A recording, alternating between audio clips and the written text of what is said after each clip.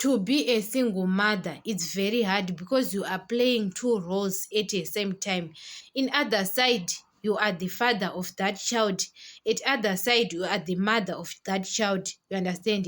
You have to go to work and provide for that child. You understand? You have to make sure that we have got money to do everything for that child. Other side, you have to cook, to wash clothes. You understand? You have to wash clothes, to cook everything, to make sure that child, she is clean. You understand? So it's very difficult to be a single mother most of the times, or single fathers, because they are fathers, guys. They are they are good fathers outside there. You understand?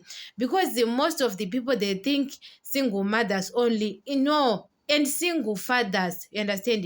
There is a good man that they take care of their child, even their mothers are not there, but he can manage to take care of his child. He can make sure that he cooks for his child. You understand? He makes sure that his child is clean. Guys, there is some of the men that they take good care of their kids. You understand? Even he is single, because most of the time, single men, they can take good care of their child, especially maybe